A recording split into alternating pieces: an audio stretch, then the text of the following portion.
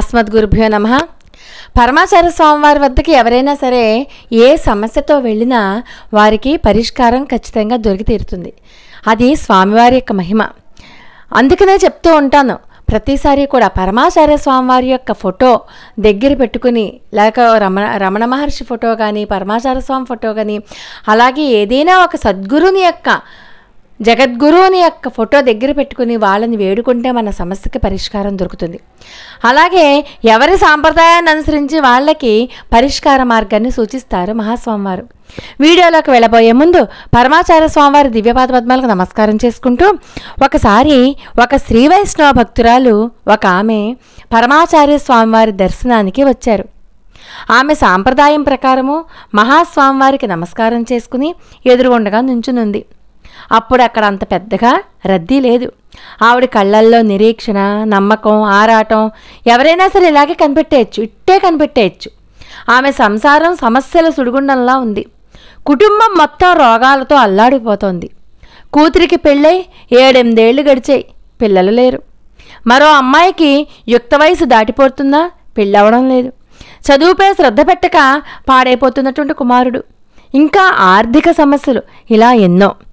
ఆమె వీటికి పరిహారం కోసమే కేరళలోనే ఉన్నటువంటి ఒక జ్యోతిష్యుడిని కలుసుకుంది. ఆయన్ని సంప్రదిస్తే ఆయన సలహా మేరకు ఆయన ఏం చెప్పారు, పితృదేవతలను నిర్లక్ష్యం చేయడం వల్ల ఇటువంటి దుష్ఫలితాలు కలుగుతున్నాయి అని చెప్పారు. పితృకర్మలు సరిగ్గా చేయని కారణంగా ఎలాంటి సమస్యలు వస్తాయని రామేశ్వరం వెళ్ళి పితృకర్మలు చేయమని చెప్పి ఆ జ్యోతిష్యుడు సూచించాడు ఈ వైష్ణవ భక్తురాలికి. కానీ తను శ్రీ వైష్ణవ సాంప్రదాయానికి చెందినందున రామేశ్వర యాత్ర, అక్కడ చేసే ప్రాయశ్చిత్త కర్మలు వాళ్ళకి నిషిద్ధం. నాకేం చెయ్యాలో పాలుపోవడం లేదు మహాస్వామి, నా సాంప్రదాయాన్ని ధిక్కరించలేను, అలా అని నా సమస్యలకు పరిష్కారం తెలిసి చేయకుండా ఉండలేను, నా సమస్యలు తొలగిపోవాలి, పెరియవా మీరే నాకు ఒక పరిహారాన్ని చూపించాలి, మీరే ఒక మార్గాన్ని చూపాలి అంటూ మహాస్వామివారి వద్దకు వచ్చి ప్రాధేయపడింది ఆ తల్లి. మీరు తెంగలై తెగకు చెందినవారా అని అడిగారు మహాస్వామివారు. అంటే వైష్ణవలో తెంగలై, వడగలై అని చెప్పి 2 తెగలు ఉంటాయి. దాంట్లో వీళ్ళు తెంగలై తెగకు చెందినవారన్నమాట. అవును పెరియవా అంటుంది ఆ తల్లి. ఉప్పు నీళ్లు, గోమయం కలిపిన నీరు, జటల నుండి జారిన నీరు మీ సాంప్రదాయానికి వర్జనీయాలు కదా, అవి నిషేధాలు కదా అని అడుగుతారు మహాస్వామి. అవును పెరియవా, ఉప్పు నీరు, పేడ నీరు, జడల నుంచి నీరు మా అమ్మగారు కూడా దగ్గరికి రానిచ్చేవారు కాదు అని చెప్పింది. అవును, సరిగ్గా ఇదే. రామేశ్వరంలో సముద్ర స్నానం అంటే ఉప్పు నీరు, పంచగవ్య ప్రాసనం అంటే పేడ నీరు, గంగా స్నానం అంటే పరమశివుని జటల నుండి వచ్చిన నీరు. మీ సాంప్రదాయం అనుమతించకపోతే మీరు రామేశ్వరం వెళ్ళవలసిన పని లేదు. ప్రతిరోజు ఉదయం శాస్త్ర ప్రకారం శాలిగ్రామ పూజ చేసి తీర్థప్రసాదాలు స్వీకరించండి.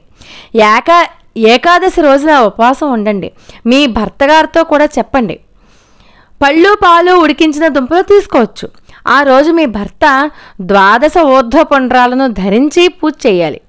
మరుసటి రోజు ఉదయాన్నే 12 నాడు తెల్లవారుజామునే పూజ చేసుకుని తులసీ తీర్థము ప్రసాదము తీసుకుని పారణ పూర్తి చేయండి. ప్రతిరోజు కూడా ఒక ఆవుకి చేతి నిండా గ్రాసం పెట్టండి. ఇవన్నీ చేస్తే అన్ని సమస్యలకి పరిష్కారం దొరుకుతుంది అని చెప్పారు మహాస్వామివారు.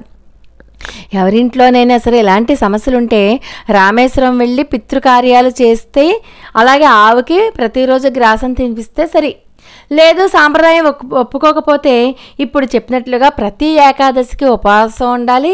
ప్రతి 12 నాడు విధిగా పూజ చేసుకుని ఆ పారణ చేసి ప్రతిరోజు కూడా కావుకి గ్రాసం తినిపించాలి. మహాస్వామివారు ఇలా ఒక్కొక్క మాట చెప్తూ ఉంటే ఆమె పెదవులు అదురుతూ ఉండగా, బయటకు రాని నీళ్ల వల్ల ఆమె కళ్ళు మెరుస్తూ ఉండగా వింటోంది. ఇది సాక్షాత్తు నాకు ఆ శ్రీమన్నారాయణుడే ఆజ్ఞాపించినట్టుగా భావిస్తాను పెరియవా. రామేశ్వరం వెళ్ళమంటారేమోనని చెప్పి నేను చాలా కలవరపడ్డాను అని చాలా చెప్పింది. అంతేకాదు మహాస్వామివారి యొక్క మనస్సు స్ఫటికంలాగా స్వచ్ఛమైంది. నాకు ఒక మంచి మార్గాన్ని చూపించారు అని కూడా అంది ఆమె ప్రసాదం తీసుకుని వెళ్తున్నప్పుడు వచ్చినప్పుడు ఎంత ఆదుర్దాగా ఉందో, వెళ్ళేటప్పుడు మాత్రం ఆమె ముఖం స్ఫటికంలా చాలా నిర్మలంగా భాషించింది. విష్ణువును ఆరాధించే తమిళ బ్రాహ్మణులనే వైష్ణవులు, అయ్యంగార్లు అని కూడా అంటారనమాట. వాళ్ళకి కొన్ని నియమాలు ఉంటాయి కదా, ఆ నియమాలకు అనుగుణంగానే వాళ్ళ సాంప్రదాయానికి అనుగుణంగానే పరమాచార్య స్వామి వారు ఈ వైష్ణవ భక్తురాళ్ళకి కూడా ఒక మంచి మార్గాన్ని ఉపదేశించారు. అపార కరుణా సింధం జ్ఞానదం శాంతరూపిణం శ్రీ చంద్రశేఖర గురుం ప్రణమామి ముదాన్వహం. లోకా సమస్త సుఖనోభవంతు. మరి ఒక అద్భుతమైన వీడియోతో మళ్ళీ కలుసుకుందాం. అంతవరకు నమస్కారం.